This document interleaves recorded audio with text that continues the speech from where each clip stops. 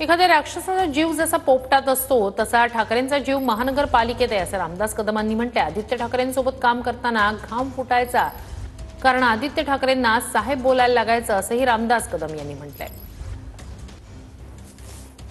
एका राक्षसाचा जीव पोपटामध्ये असतो ना, पोपटामध्ये तसा उद्धव ठाकरेचा जीव या महानगरपालिकेत आहे। गाफील राहू नका, गाफील राहू नका।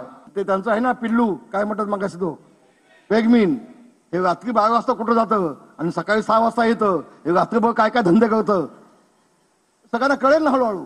आता ते लग्न का करीत नाही मला माहित नाही मला माहित त्या कोणामध्ये मी जात नाही, त्या कोणामध्ये मी जात नाही।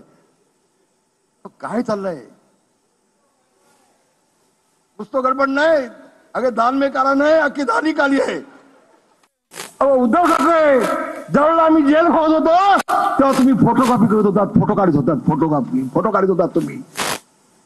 फोटोकॉपी म्हणून तुमची ओळख होती। सगळ्यात महत्वाची बाब एवढी, उद्धव ठाकरे ठीक आहे हो, पण त्याचं ते पिल्लू ते हे टुनटुन टुनटुन टुनटुन सारं नसतं असं ना, ते पेगमीन